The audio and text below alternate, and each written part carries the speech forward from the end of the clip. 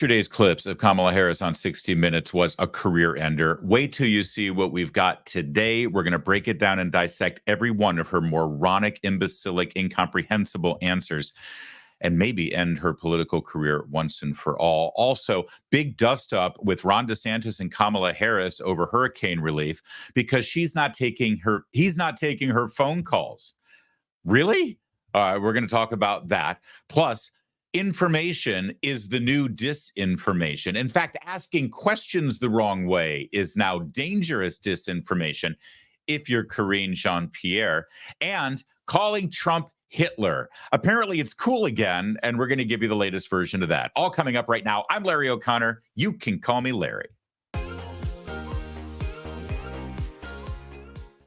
Thanks for liking this video. Go ahead, like it right now. Just tell everyone you like it because you know you're going to like it. Look, I've got smart guy glasses. Like, thumbs up. Woo, there they go. Thank you for that. And thanks for subscribing. In fact, huge thanks for subscribing. Yesterday, in a bonanza of new subscriptions, finally put Town Hall Media up over the top. We're at 500,000, baby. Wow. Seriously, that's incredible. I wish I had why don't I have an applause button here? Do I have an applause? That's not applause. Is that? I do have an applause button. So corny. Thank you so much. You guys are amazing. And we are very excited about hitting the 500,000 mark. Thank you for the subscriptions. And thank you for joining us today as we are now 4 weeks away from Election Day. Wow. Last night, Kamala Harris, she may have ended her... I'm so excited that 500,000 people have subscribed that I can't use my mouth. Last night, Kamala Harris may have, in fact, ended her plans to be president of the United States. You know how everyone's saying, why doesn't she do more interviews? Why doesn't she do a one-on-one interview? Where's the one-on-one interview?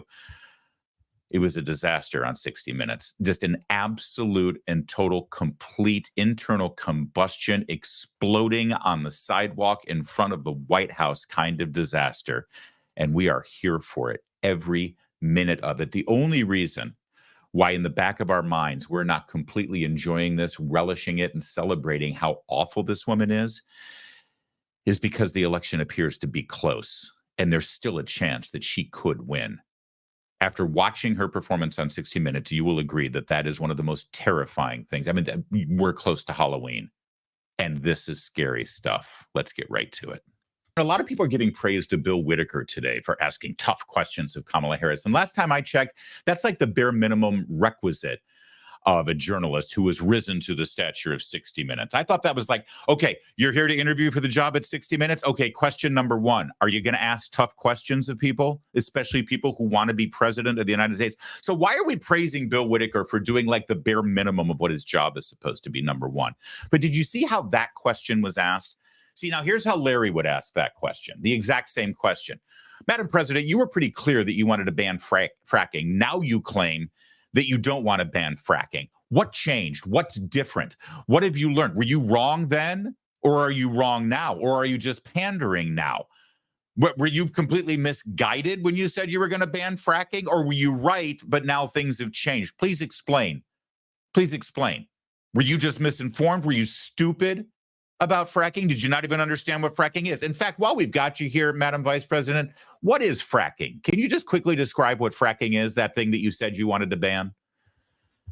Instead, he asks the question, you took this position, now you take that position. You take this position, now you take that position. I know you've heard this before. So maybe that's why people don't think they know who you are? What do you mean that's why? I don't need to know who she is. I need to know what she's going to do.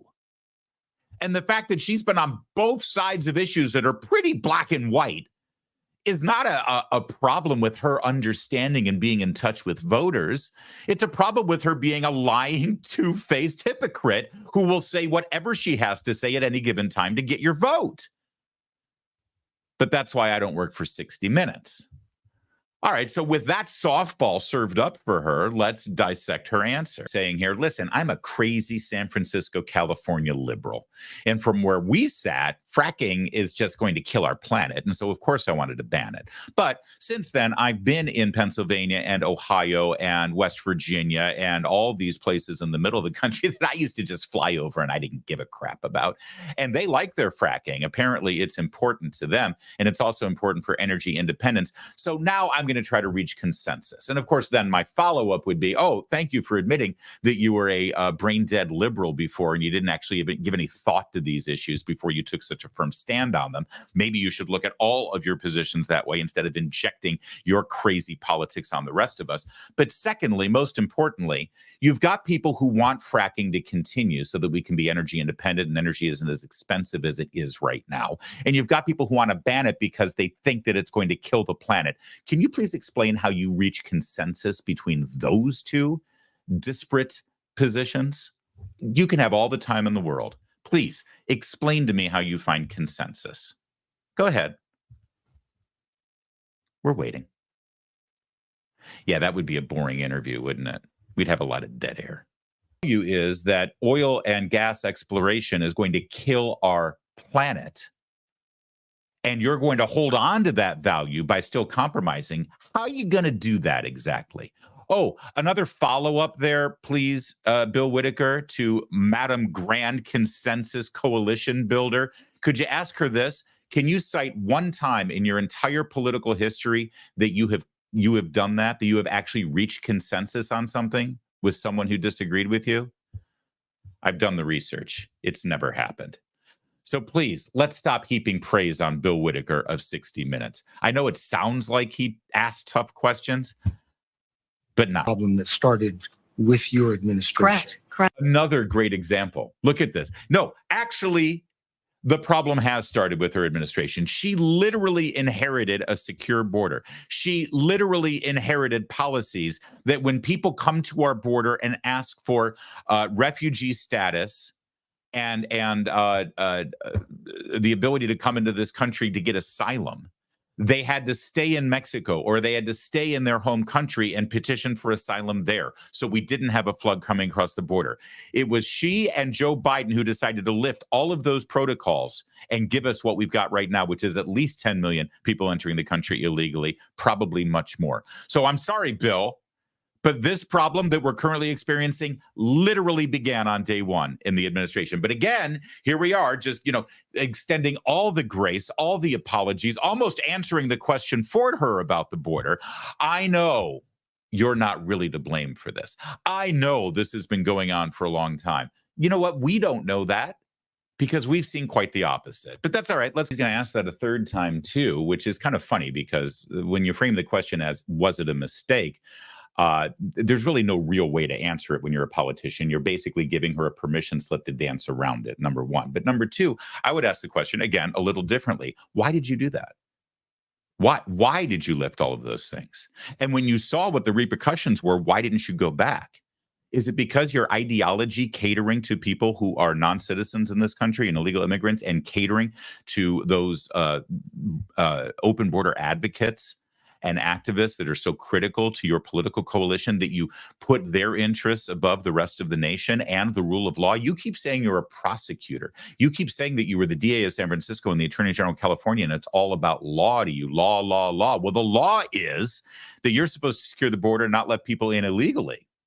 The law is that people aren't supposed to come into this country illegally. So if the law is so important to you, why did you go out of your way to allow people and make it so easy for them to break the law? Or is that law not important? You also say that you had solutions at hand. Those solutions include amnesty for everyone who has broken our immigration laws, giving them a pathway to citizenship. What about the people who have actually done it the right way and are waiting their turn and not breaking our immigration laws? Why do you have no concern for them? But of course, Bill Whitaker doesn't really ask those questions, and she continues to lie about her record and about what happened at the border, and he just allows it to happen. I think the policies that we have been proposing are about fixing a problem, not promoting a problem. Do you understand how her answer to everything is, well, we have a proposal to fix that. But she literally caused the problem in the first place that now she claims she's trying to fix.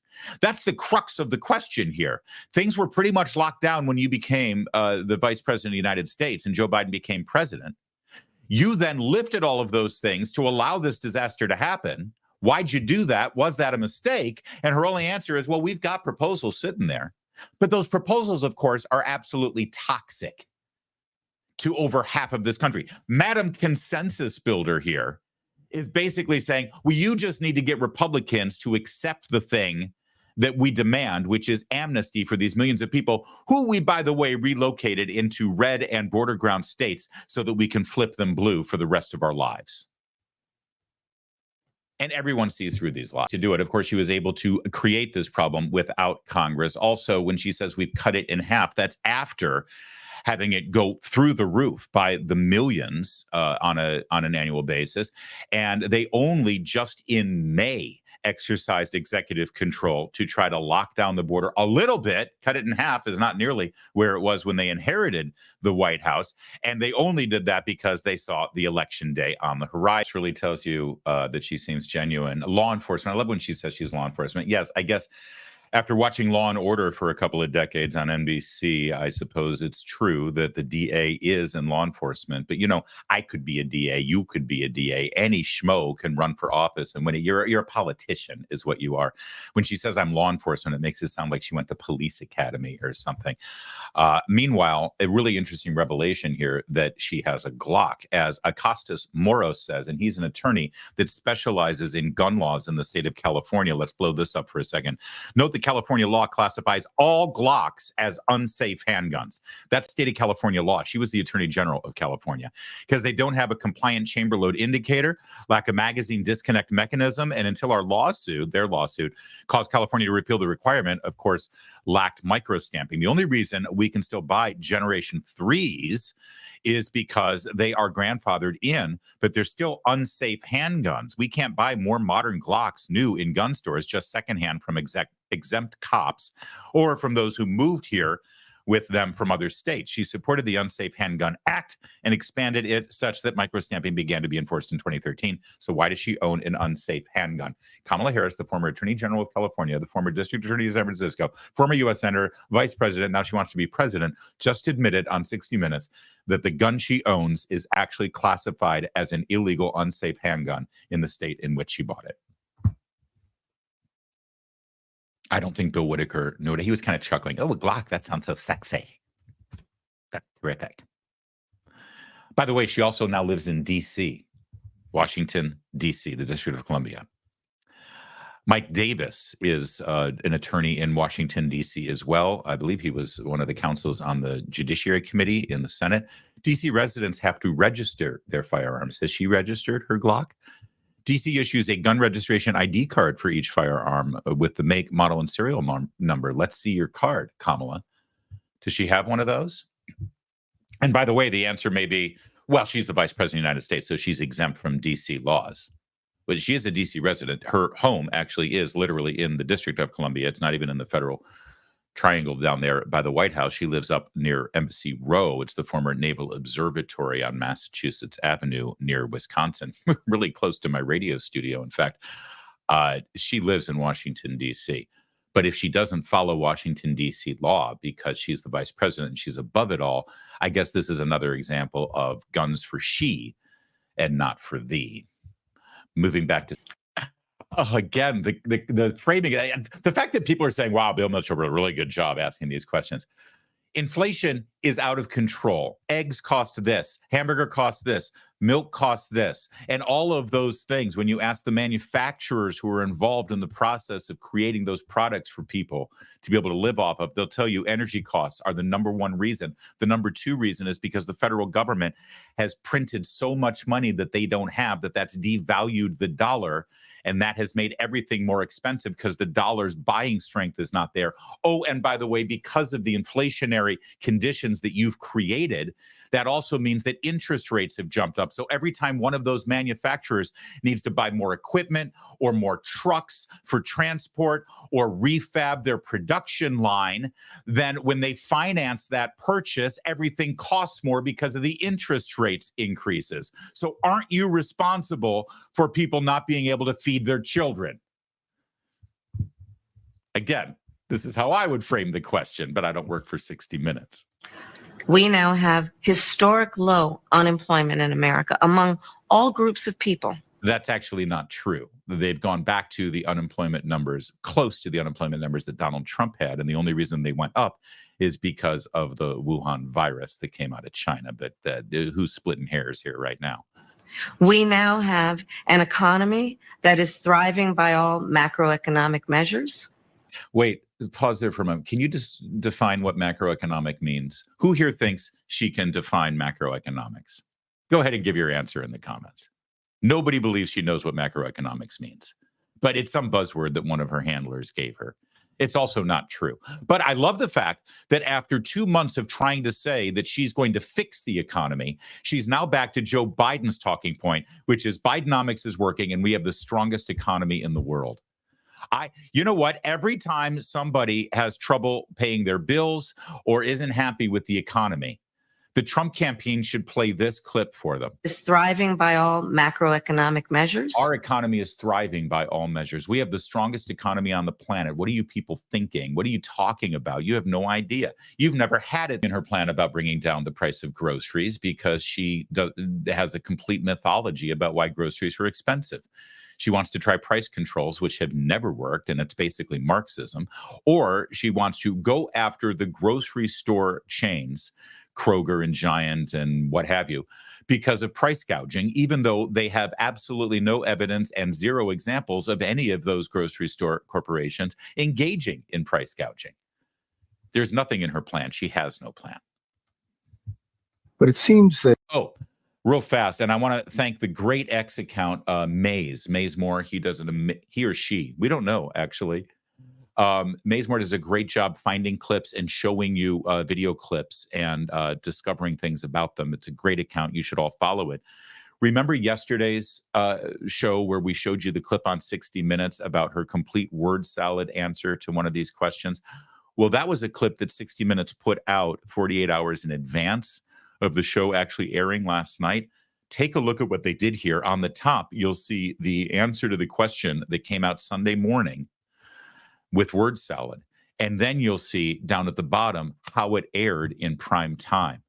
This is an example of CBS News doing very generous, heavy editing to make Kamala Harris look good, to make her look coherent, to make her look like she's got a brain. It seems that Prime Minister Netanyahu is not listening. Well, Bill, the work that we have done has resulted in a number of movements in that region by Israel that were very much prompted by or a result of many things, including our advocacy for what needs to happen in the region. But it seems that need for this. Wow. Wow. Wow. Wow. I mean, that's propaganda. That's outright propaganda. That's literally fake news. They just gave you an edited version of an answer that she actually didn't give or didn't give immediately to the question that was asked, all to make her look good. They did this for Joe Biden, too, to try to, well, forget about trying to make him look smart or look good. They edited his interviews to just make him look like he was sentient. And now here's CBS News doing the same. I honestly, for any other politician, this interview on 60 Minutes would be a career ender. It would be over. This is why we have a primary process. This is why we have a pretty strong and long process to vet these candidates, to put them through the ringer, to have them run the gamut, so that they have to do interview after interview so that they can show that they can withstand the pressure and actually show that they have a command of the issues and can answer questions. And then we, the people, state by state, get a chance to have our voices heard. But all of that was thrown out the window for Kamala Harris, wasn't it? Every bit of it was thrown out the window. And now here we are. And yeah, if I'm a Democrat, I'm freaking out right now. but I'm a Republican, and I'm freaking out right now because we are 4 weeks away from Election Day. And that person you just saw, she could become the leader of the free world.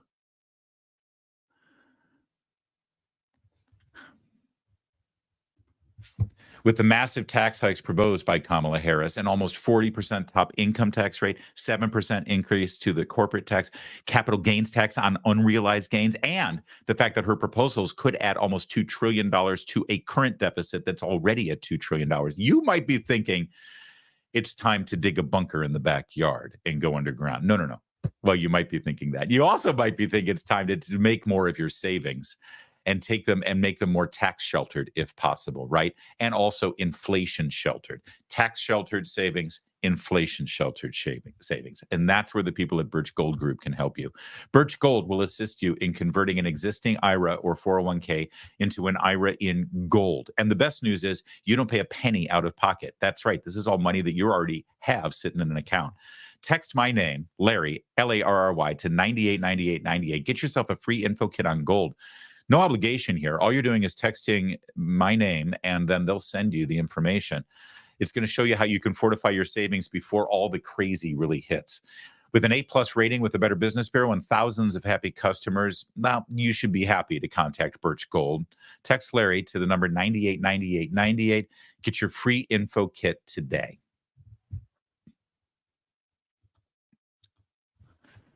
So as you know, we've got Hurricane Milton now bearing down on the state of Florida. This is after Florida already got hit with Hurricane Helene. And by all objective measures, Governor Ron DeSantis has once again come through for the people of the Sunshine State. He's pretty darn good, and his record shows how good he is at responding to hurricanes. You remember Ian from 2 years ago, absolutely masterful. In fact, he responded and prepared so well for Helene 10 days ago that he's been spending most of his time over the last week trying to mobilize Florida resources to help the people in Western North Carolina, in Georgia, and in Virginia. That's how strong his response has been. So now he's getting ready for Milton to sweep across the state, west to east, from the Gulf to the Atlantic, starting in Tampa and basically right across that that corridor. What's it? It's the I-15 corridor, I think it is. And it's harrowing. It's scary. This thing's looking like a Cat 5, Cat 6, I think they're calling it. But I have to point out, and I regret to do this, but sadly, it's my job as a figure in the media, that apparently Ron DeSantis made a huge, huge mistake. In all of this, it seems like he's done a great job for the people of Florida, but boy, he's made a huge blunder, an unforgivable sin. He didn't pick up the phone when Kamala Harris called him. He didn't pick up the phone and let Kamala Harris cosplay as a president, pretending like she in some way is in the chain of command for disaster relief so that she could politicize this moment. Yeah, that's Ron DeSantis's big sin. NBC News is reporting a completely uncorroborated report that Ron DeSantis did not take Kamala Harris's phone call when she called him. And so, of course, Kamala Harris is making this into a pretty big deal. Governor DeSantis, NBC is reporting Governor DeSantis is ignoring your calls on hurricanes, resources, and help. How does that hurt the situation here? You know, moments of crisis, if nothing else, should really be the moment that anyone who calls themselves a leader says they're going to put politics aside and put the people first. People are in desperate need of support right now, and playing political games with this moment in these crisis situations, these are the height of emergency situations, is just utterly irresponsible, and it is selfish, and it is about political gamesmanship instead of doing the job that you took an oath to do, which is to put the people first. Now, a couple of things about this that need to be broken down. First of all, how many times have we seen her walking from her car to the stairway to climb up the steps to what is referred to as Air Force 2? It's not really Air Force 2, but it's where one of the fleet of, I believe they're C-130s from Andrews Air Force Base that are painted sort of like a mini version of Air Force One. And she uses one of them. The Secretary of State, various cabinet secretaries are allowed to use this thing for official travel. All right. It's not really Air Force Two, but I think they just say it out of, shorthand. How many times have we seen her get out of her little Chevy Suburban and wave to the cameras and then salute? A very practiced salute, I have to say, the men standing at the bottom of the stairway, and then just march up the stairs to get to her very important, busy job as the Vice President of the United States. We see it all the time. By the way, about that salute, she's not actually in the chain of command. Why is she returning a salute as if she's, you know what, honestly, I don't know about this, but I know that there's people in the military who watch this show. Could you explain to me, is it normal for the Vice President to return a salute? Commander-in-Chief makes sense, but she's not in the chain of command in the military. I'd love to hear if she should be returning a salute. Anyway, we see it all the time. She just bypasses the reporters. She heads up, waves to the reporters, heads up the stairs. But today she makes a beeline to the reporters. Today, I'll stand under this roaring jet engine and answer your question. Today, I will respond to whatever inquiry you may have, but not the rest of you. Just this one person. You know what? I'm going to find this one person. I'm going to find her. I'm going to pinpoint her out, and I'm going to let her ask a question. And what do you know? The question has to do with Ron DeSantis not taking her phone call. And she's got a clearly prepared response so that she can make headlines throwing Ron DeSantis under the bus and saying that he's playing politics at a time of crisis where we should be putting the people first. Now, if you think that this is just, happenstance, if you think it's just dumb luck that this just sort of happened to occur when she ignores the reporters on a daily basis, then, well, okay, you're entitled to your opinion. I'm calling bullshit on this one. Big time. Before she left the Suburban, she was told by our comms people, hey, before you go over to Jill over there. She's going to ask you about DeSantis. We've already got her prepped. And here's what you should say. That's exactly what happened here. But furthermore, what the hell is this even all about? Ron DeSantis has been doing a fine job. Everything is fine in Florida. He's been doing a great job. And now he's sort of got his hands full preparing for Hurricane Milton coming his way. And he's supposed to drop everything and talk to her so she can cosplay as the president of the United States. What is she, like Glenn Close in Fatal Attraction? I will not be ignored. I mean, seriously, when DeSantis goes home, he should check the stovetop and see if there's, a little bunny foo-foo doing a jacuzzi bath in a saucepan. What the hell is she all about? Why is she acting like an obsessed girlfriend? He won't take my calls. Well, ma'am, he's kind of got his hands full right now. What with hurricanes sweeping through the state and wanting to make sure that he's doing right by his people. But don't you know who I am and what we've meant to each other? You can't just pick up the phone call just for 5 minutes. I will not be ignored. It's creepy. It's like obsessive girlfriend stuff. DeSantis is having none of it. Last night on Hannity, he went right after her. An even bigger storm that's bearing down, as you pointed out, on a very populated area, potentially could do even more damage. And we've been laser focused on leveraging all resources available, including from the federal government. And I've been in touch with both FEMA and the president, as well as marshaling all our state agencies and working to support our local communities. And so for Kamala Harris to try to say that my sole focus on the people of Florida is somehow selfish is delusional. She has no role in this. In fact, she's been vice president for 3.5 years. I've dealt with a number of storms under this administration. She has never contributed anything to any of these efforts. And so what I think is selfish is her trying to blunder into this. No. And here's the thing. She has no role. No, she has no role in this process. I'm in contact with the president of the United States. I'm in contact with FEMA director. I'm obviously managing all our state agencies. We're supporting all our local government. And I will say this, I've had storms under both President Trump and President Biden, and I've worked well with both of them. All right. So this is great stuff. And he appeared on Fox and Friends this morning, too, to expand on it. And I want to get to that as well, because it's a real strong clip. But understand what DeSantis is doing here, because it's so important. Listen, if she's suddenly the de facto president because Biden's incapacitated, I don't know, maybe you should like send out a memo to the governors to let them know that. And while you're at it, invoke the 25th Amendment and actually get rid of the guy who's sitting there. But until that time, she literally has no role in this process. Now, if Biden has deputized her in some way and say, you know what, you're going to be in charge of hurricane relief, and maybe he should make a statement. Maybe he should, stand in front of the cameras in the briefing room and say, from this point forward, Kamala Harris is handling all hurricane relief and emergency management response. But he hasn't. She has no official role in any way whatsoever in any of this. He is not obliged to take her call. And if anything, taking her call takes him away from him what his real job is. So here we are on Fox and Friends this morning as this thing continues to expand.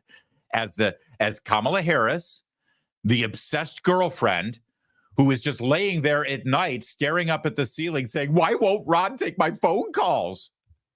Doesn't he know who I am? It just reaches this level that's incredibly intense and uncomfortable.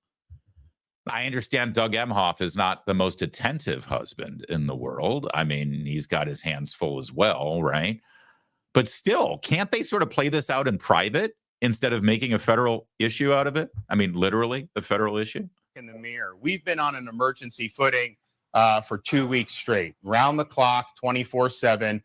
We've been working, my office, our Division of Emergency Management, helping people prepare for Hurricane Helene, helping effectuate rescues of people after Hurricane Helene, helping people pick up the pieces of their lives after Helene, and then have to also turn around and prepare for major impacts and maybe even more impacts from Hurricane Milton, be able to have rescue personnel ready to help people, and then, of course, help with the power restoration, all these things to do. So that's been my sole focus. My focus has not been on dealing with Kamala Harris. I saw the news report. I didn't know she tried to contact me, but I'd also say it's not about you, Kamala. Right. It's about the people of Florida. My focus is exactly where it should be. And I can tell you this, I've worked on these hurricanes under both President Trump and President Biden.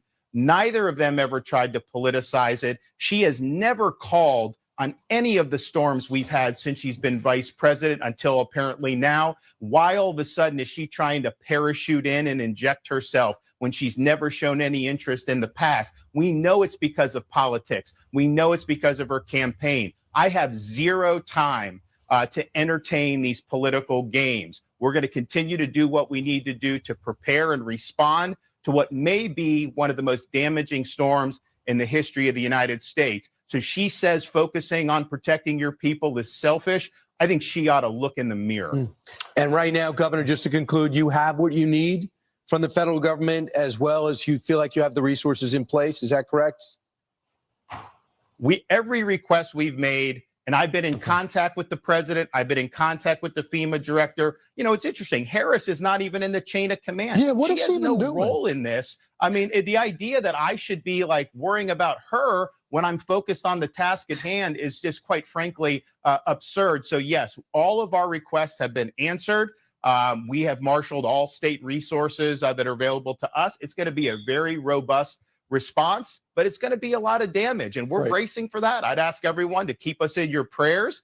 We know we're going to get hit, but hopefully we can pray that this storm will weaken and do the least amount of damage possible. All right. And needless to say, the people of Florida are in our prayers, and we should be focusing on that instead of the politics of this.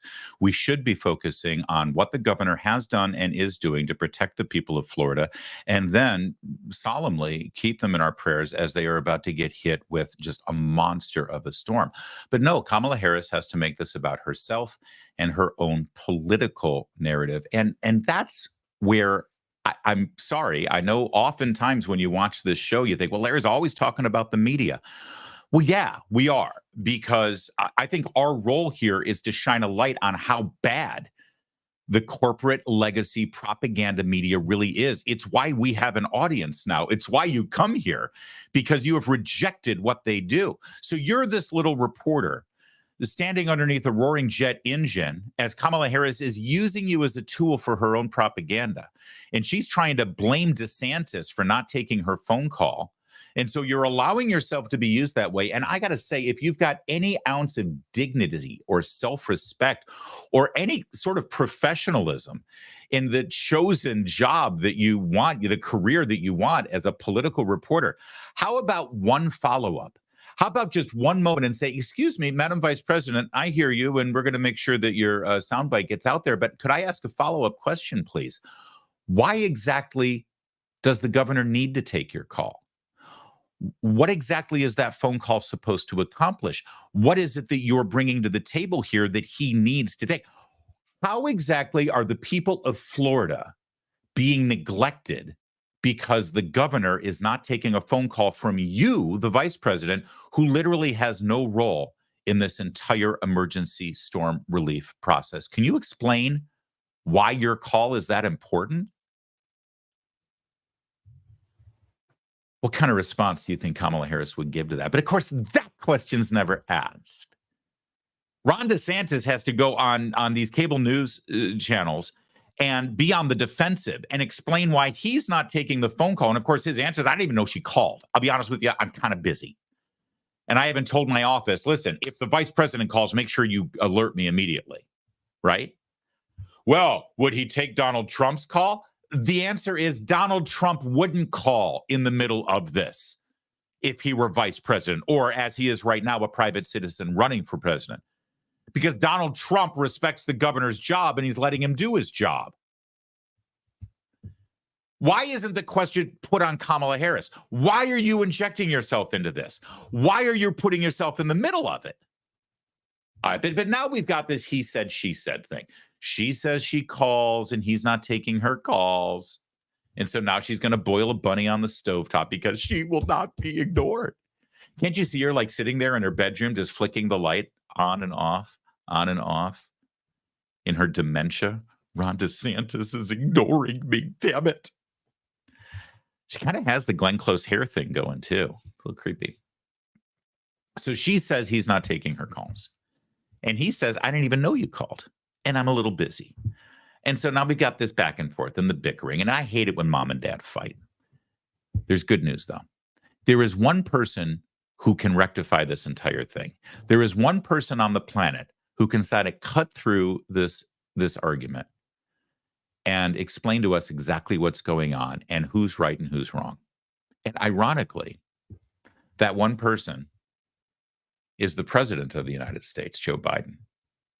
And you're never going to believe this, but last night at 9:30 in the evening when this entire thing was blowing up, maybe it was by accident, maybe the timing was weird, maybe Joe Biden is trolling Kamala Harris and completely trying to undermine her political aspirations because he's very bitter about how everything went down.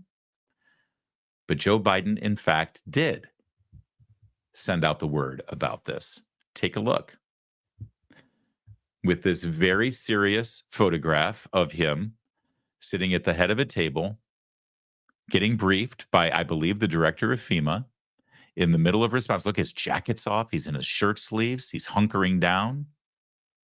She's taking notes as he issues commands because he's in charge. He's the president. And he tweeted this. Tonight, I spoke with Florida Governor DeSantis and Tampa Mayor Castor for firsthand reports on Hurricane Helene recovery and preparations for Hurricane Milton. My administration is ready to support both leaders and the people of Florida with any further resources they may need. That sound you hear are the bus's wheels rolling over the writhing corpse of Kamala Harris's political aspirations, as Joe Biden injects himself in the middle of this thing and says, what the hell are you talking about, Kamala? I'm the president. I got this. I'm talking to DeSantis all the time. And by the way, if that weren't enough, earlier this morning, just about an hour ago, here's Biden doubling down. Not just explaining that he's contacting DeSantis, that he's taking DeSantis is taking his phone calls, but he went even further.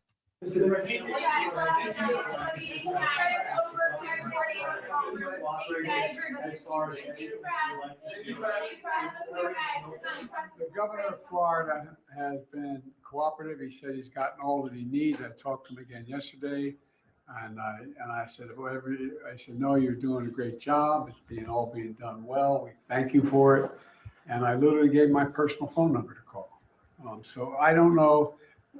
There was a rough start in some places, but every governor from Florida to North Carolina has been fully cooperative and supportive and acknowledged what this team is doing. And they're doing an incredible job. But we got a lot more to do. Thank you to Newsbusters, as always, for the clip. So you see what just happened there. You see, oh my God, this is so beautiful. I told you Biden and Harris, they don't like each other, okay? Biden is bitter. Biden thinks he should still be running. Biden, in his heart of hearts, thinks he's the only guy who can beat Donald Trump. And Jill is pissed too. Jill's never liked Kamala. This is going to get so ugly. Oh my God, the Joe Biden victory tour after the inauguration next year, when Donald Trump is sworn in, when he does his tour with his new book that is titled I Woulda Won, I Was Robbed. Oh God, it's going to be glorious. The books that will be written about what's going on behind the scenes right now, if you're a political junkie, are going to be delicious, just absolutely glorious. You see what Joe Biden just did. The narrative that Kamala Harris tried to inject into hurricane relief, the political narrative that she tried to inject yesterday, is that Ron DeSantis is an unfeeling, uncaring fool who is putting his own political aspirations and his political alliance with Orange Hitler, Donald Trump, ahead of the people of Florida. He's playing politics with the storm, and he should be putting the people first. That's what she said. I showed you her clip. I showed you exactly what she said. DeSantis says, who is she? She's not even involved here. I've been dealing with the president. Everything's great. FEMA's doing great. I'm getting the money I want from FEMA. I'm getting the support I need. Everything's fine. Stay out of this. And Joe Biden jumps in and says, I've been talking to the governor. He's got everything he needs. He's doing a really good job. And I even gave him my personal phone number so he can contact me anytime he needs. Because why in the hell should he ever have to talk to Kamala Harris? Now, you may think this is just Joe Biden being a doddering fool and not following the day's political events.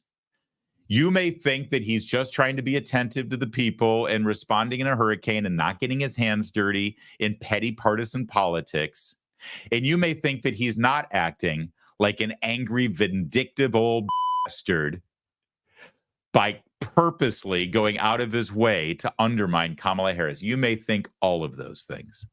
But especially on that last point about being an angry, vindictive, petty little bastard, if that's what you think, if you think that Joe Biden is just being pure and fine and not being angry and petty and vindictive, you have not been following Joe Biden's political career. It's amazing to watch, and I'm here for it. Larry, we've got some super chats. Hot damn super chats. You guys rock. Bring it to me, Kevin. Let's hear it. Susan Cummings. Oh, prayers for Florida, North Carolina, Georgia, South Carolina, Virginia, and Tennessee. Amen to that. And the mic drop. I can't drop this mic. You know what? I should get a handheld mic. I actually have a handheld mic here in the studio, and I should just keep it so I can drop it like that. Maybe I should do that. I mean, it's not going to be a real mic, but, you know, that's fine. Thank you, Susan. I love doing the mic job. And super sticker there from Betsy. Thank you, Betsy, for $9.99. That's going to go to our Big Mac fund as well. I appreciate it. We might even get some of those chicken Big Macs in there, too. I'm excited about the chicken Big Mac. What do you, Kevin, are you going to go with the beef Big Mac or the chicken Big Mac?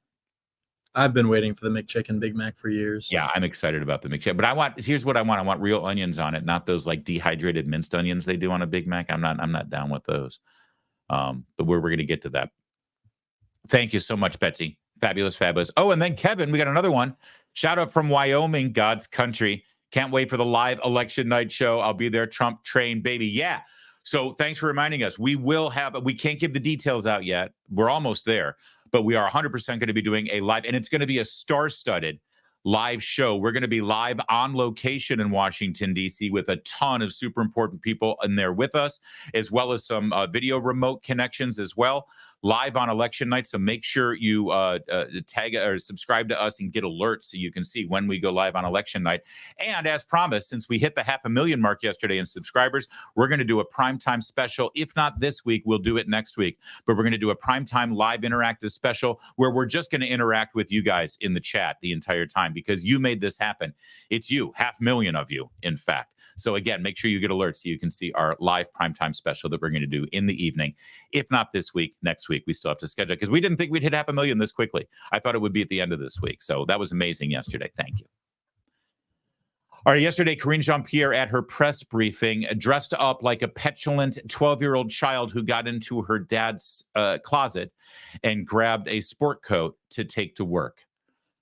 What the hell is going on here? Or she's doing like an amateur production of Guys and Dolls. She's playing Harry the Horse, and they haven't altered the costume yet. If you see a gal making eyes in the sky. I just screwed up the lyrics. I never screw up the lyrics to show tunes. You can bet that he's doing it for some doll. Yeah, that's weird. That is really weird. Here's why when you have a job like the press secretary of the White House, you don't dress in anything weird or avant-garde. You know, you're going out to dinner, you're going to a club or some sort of evening affair, and you want to look a little fun and a little edgy. I don't begrudge her having a fun style. But when you're a professional and you do a professional job, you don't dress like this. Why don't you dress like this? Because it's possible that what you say on camera is going to be so important that it's going to be plastered all around the world. And you represent the people of the United States and the White House and the Biden administration. And so now, as she says something important on behalf of all of us to the entire world, we look like idiots. She looks like an idiot. What the hell is she doing? All right. Fashion critique aside, she had an exchange with Peter Doocy at the White House that revolved around the narrative that FEMA does not have enough money for hurricane relief. Now, that is a fact. The Secretary of Homeland Security, Alejandro Mayorkas, has gone on the record saying we do not have enough money budgeted for storm relief to get us through hurricane season. All right, that is a fact. Also a fact, FEMA has committed close to $1 billion for illegal immigrant, migrant relocation programs and sheltering programs. That is a fact. It is also a fact that this weekend, the Biden administration announced $150 million of relief for people in Lebanon because of the incursion from the Israeli government to go after Hezbollah.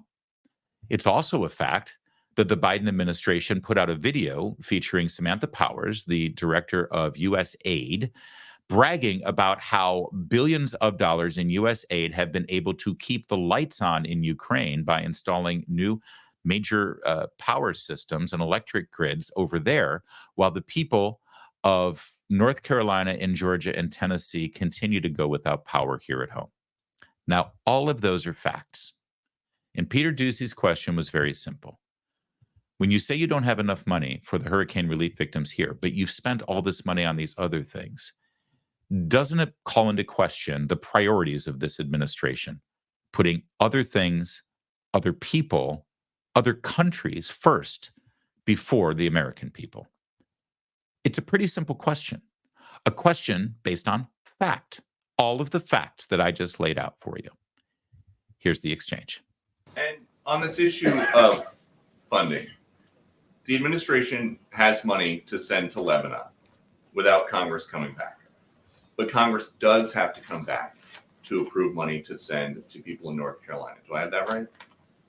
Here's what I'm going to be very clear about. The president and the vice president has had a robust whole of government response to this. Hundreds of millions of dollars. I said it at the top, more than $200 million that we have directly put towards survivors here for disaster help. And that's because of this president's commitment to make sure that we are there for communities that are impacted. We take this very seriously again. We take this very seriously. And All right, so real fast, her answer here is we've spent $200 million on disaster relief, which is a fine answer to a question that wasn't asked. The question was not how much have you spent. The question is, you say you're out of money now, and you're saying Congress needs to come in and appropriate more money, and yet you keep finding money for other things. You've got all this money. So the question is not what have you spent. The question is you're out of money to spend, and yet you keep spending money on Lebanon or on Ukraine or on illegal immigrants who are crossing the border. So isn't that a question of your priorities? So I'm going to let her continue with her spin here, but understand that her response is completely disjointed from the actual question. Because that's important, because she's about to accuse this reporter, Peter Doocy of Fox News, of spreading misinformation because he asked a question that is full of facts, the facts I've just laid out for you. But asking the question is dangerous misinformation. Before the hurricane hit, we pre-positioned more than 1,500 federal folks on the ground to help.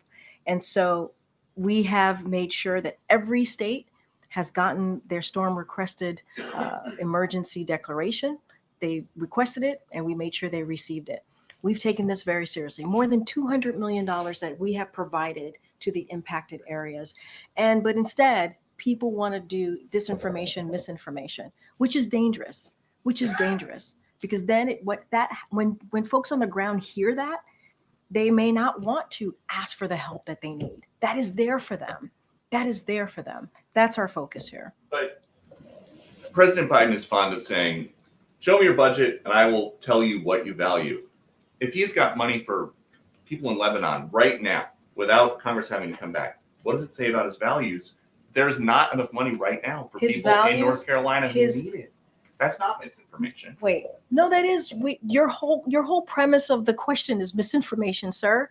What you do? Yes, it's misinformation. Is there money to send to Lebanon right now? I just mentioned to you that we provided more than $200 million to folks who are impacted in the area, and I just shared with you that people are deciding not to. Letter to Congress that there's not enough money to help people. We're talking about the SBA disaster loan. That's money for people in North Carolina, and that's important. And people in North Carolina need that. Wait, this is nothing new, Peter. This is nothing new. Congress comes together. They provide money, millions of dollars, for disaster relief.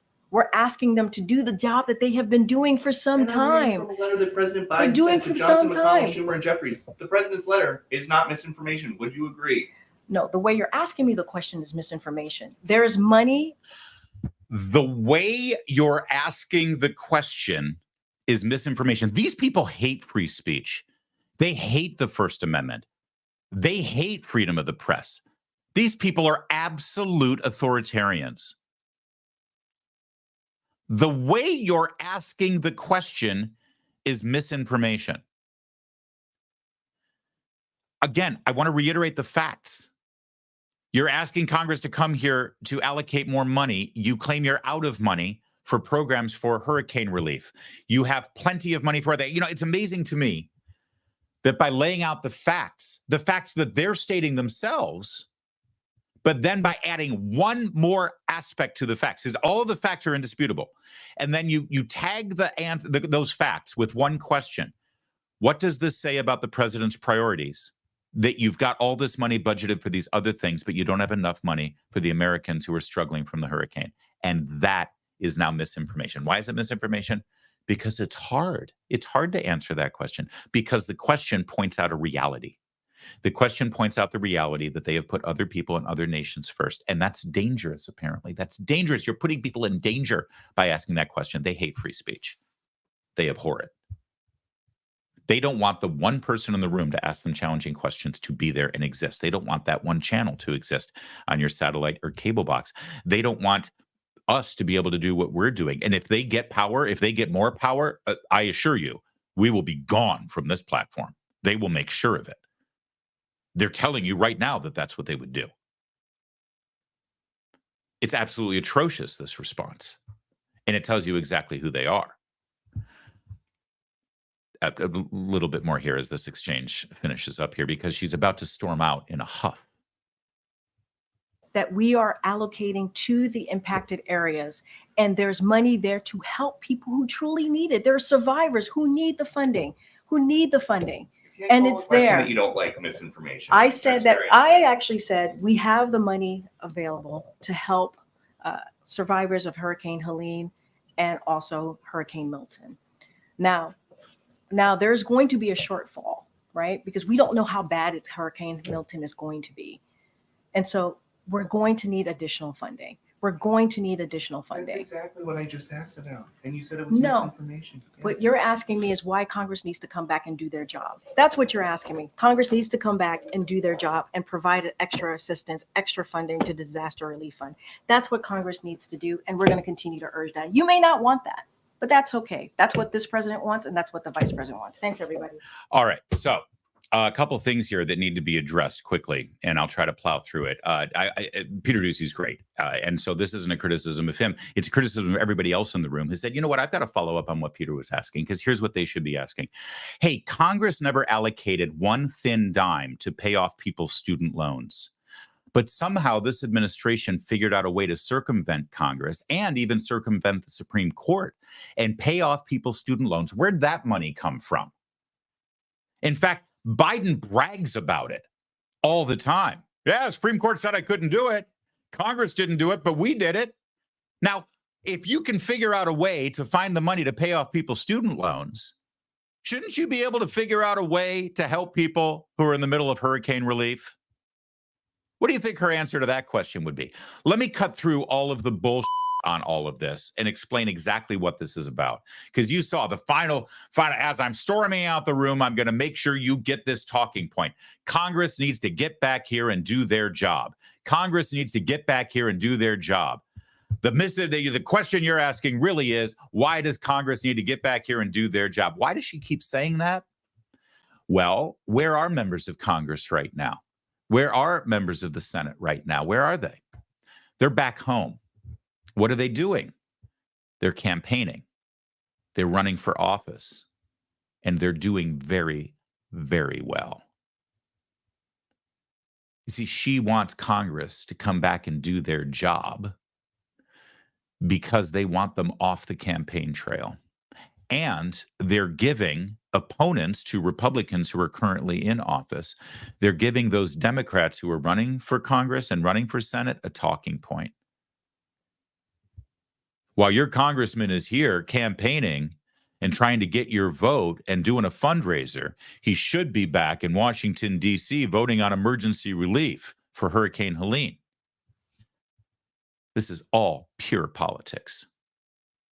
They know that they're losing.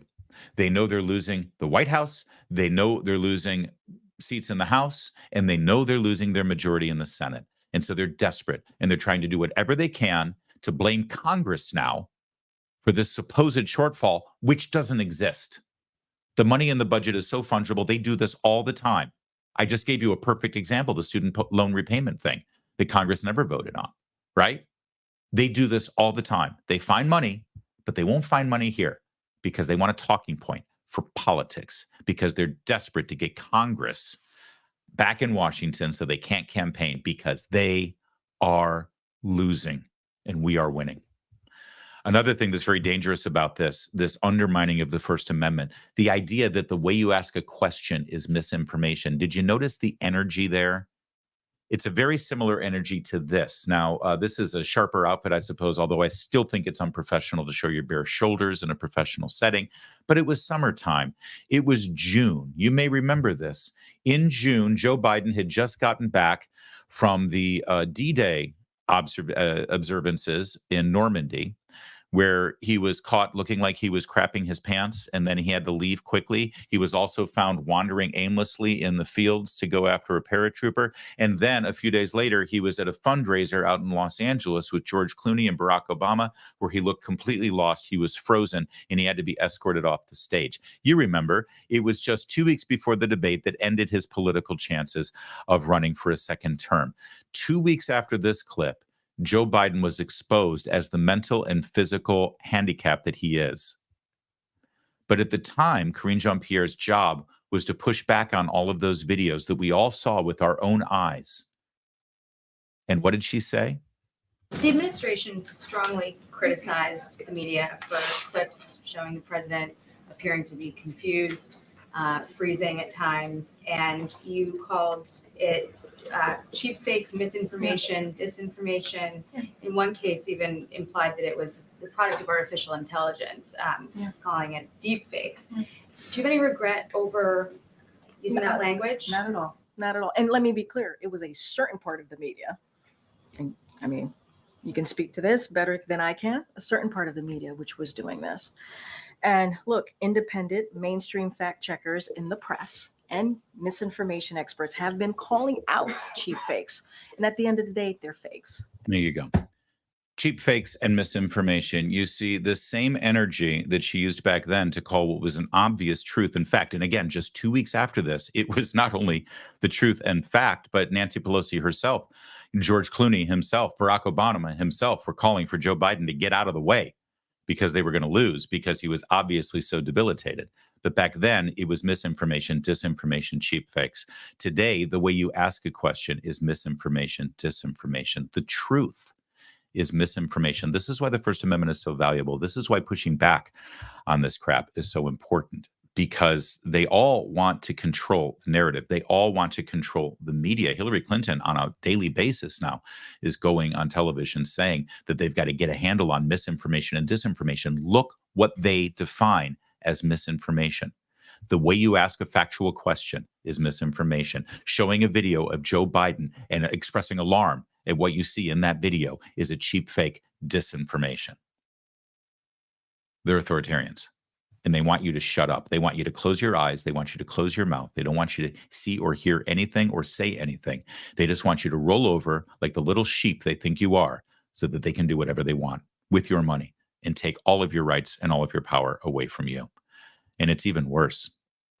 Kenneth Vogel, New York Times, with Christopher Steele. Who's Christopher Steele? He's the guy who wrote the Russian dossier. You know, actual legitimate disinformation, like really disinformation. It was Oppo research created by this guy, Chris Steele, a former MI6 agent, who Hillary Clinton paid millions of dollars to through different puppet organizations to get dirt, well, to create dirt on Donald Trump. I'm shocked that Kenneth Vogel actually describes him as author of the debunked dossier, because there's still people at the New York Times that think that the Russian dossier was legitimate. Christopher Steele, author of the debunked dossier, is warning of disinformation campaigns and urging the U.S. to do more to counter them. That's pretty rich. Think about that sentence for a second. Author of the debunked dossier is warning of disinformation campaigns. He's freaking ground zero of disinformation campaigns. If you go to Wikipedia and search disinformation campaigns, it should give you a picture of Christopher Steele. He also says that despite the controversy, his business is thriving thanks to clients in banking, insurance, and pharma. I have no doubt. But look at this little gem from the article. Context is all important. When people talk about disinformation, it's a bit of a misnomer. A lot of disinformation is true and factual, but it's slanted, or it leaves things out or emphasizes some things at the expense of others. In other words, truth and fact utilized to express your perspective or opinion on world events is disinformation. If your runs contrary to what Christopher Steele, Karine Jean-Pierre, Joe Biden, Hillary Clinton, Kamala Harris, and the deep state wish you to think. If you have a different opinion that is supported by facts, it's actually disinformation, and you need to be silenced. Guys, it's happening right before your very eyes. I hope you see it. I hope your eyes are wide open. This election couldn't be more critical.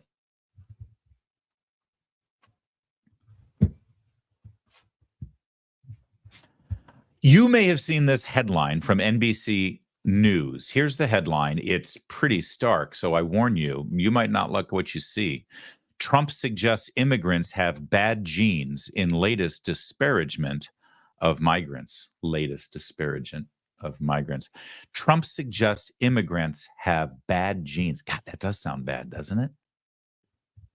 Sounds like eugenics. Sounds like, pretty awful stuff. Why would Trump say that? That's horrible. That's terrible. Well, the good news is he didn't say that. That's your NBC News headline. Look at it again. I want it ingrained in your memory. Trump suggests immigrants have bad genes.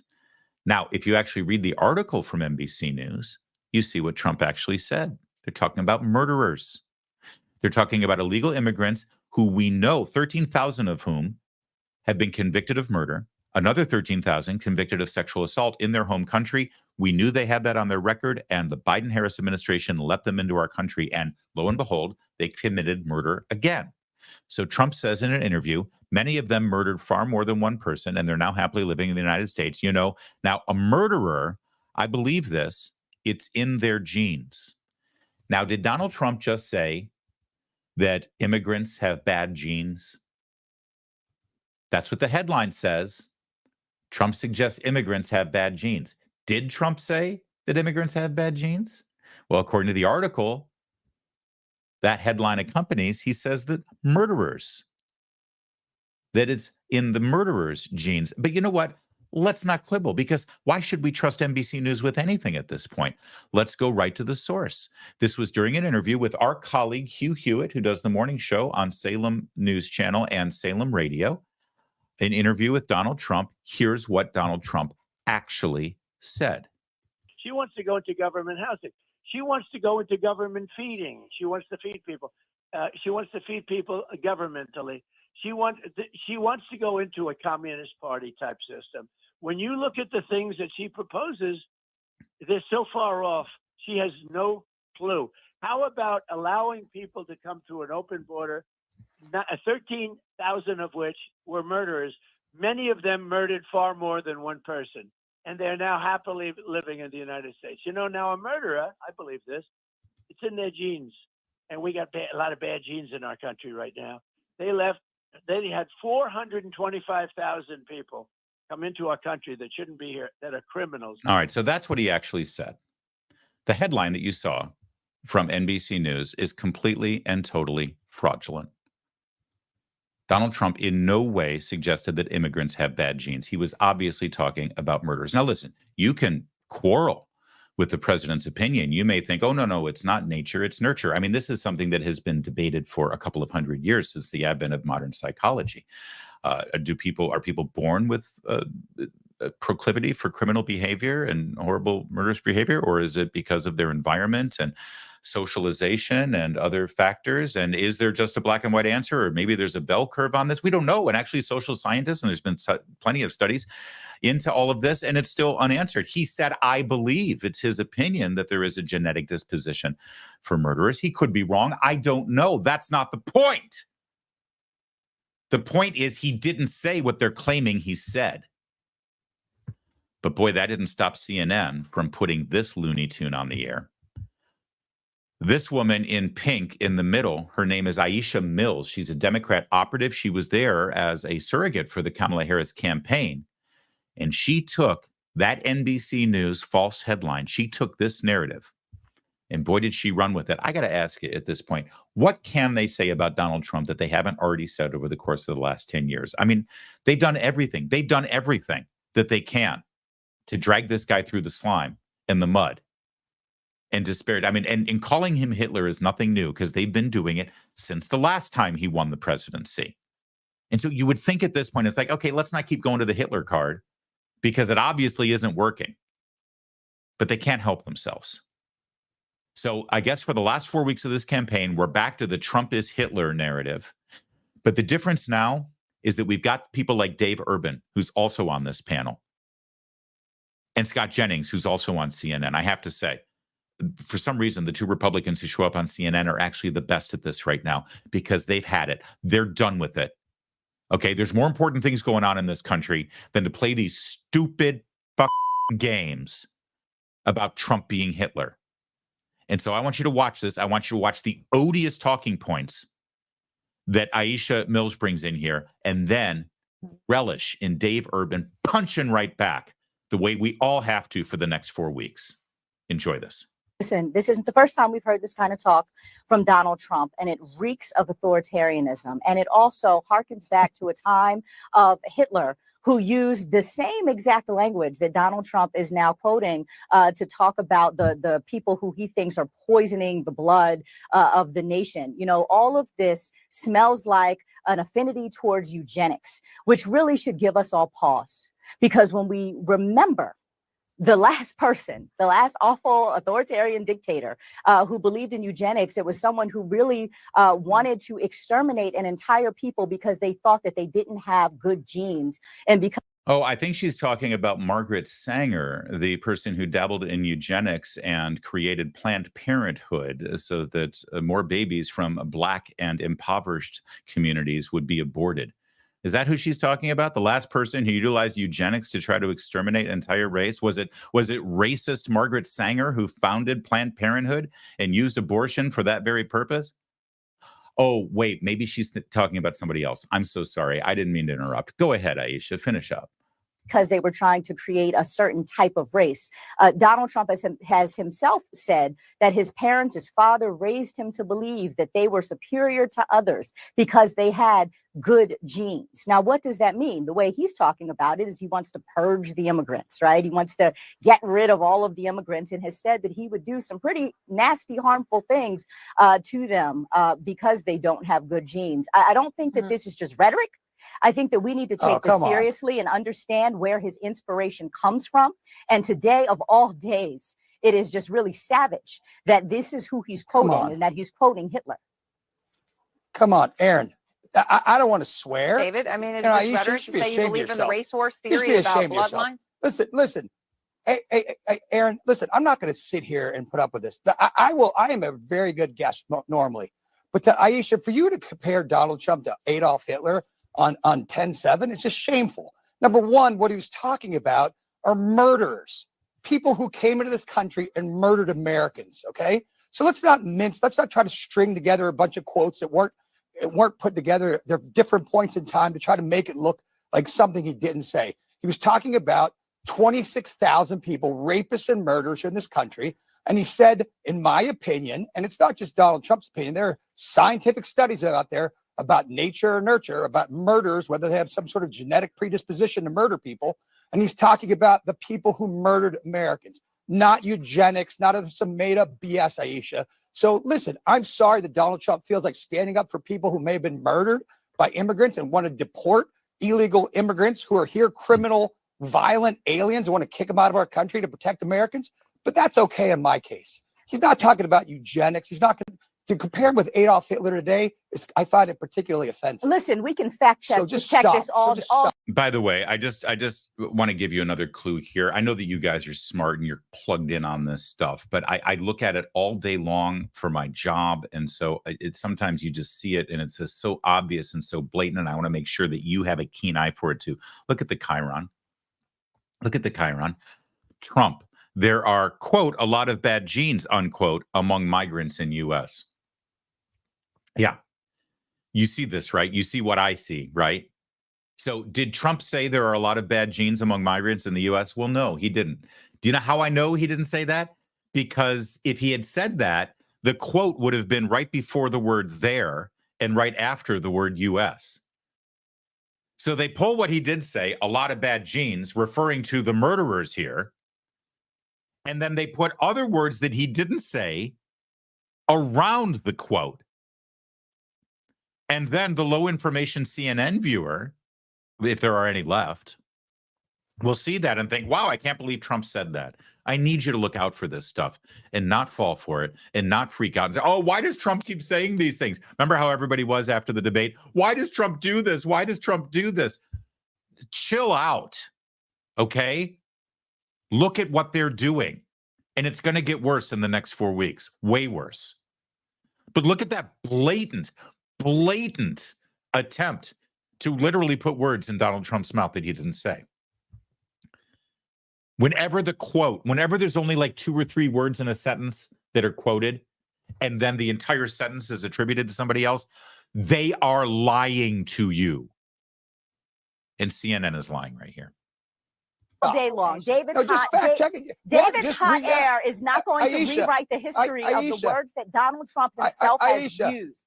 This is fact. He Aisha, has read the long words he talked said today. about genetics. Well, I'm talking about the history of everything he's ever said. So you can We're not have talking about the a history. short-term memory, David, for the sake of going into an election Okay, and like Aisha. doing Donald Trump's bidding. But this, as an Aisha, American, let's talk about Kamala makes Harris. me really Let's concerned. talk about Kamala Harris' As a short-term memory. black lesbian who Donald Trump doesn't believe has genes as good as his, is he going to attempt to Really? exterminate me Why do you when believe he that, gets Aisha? elected? Why do you Because believe he's that? damn near said it. That's why, David.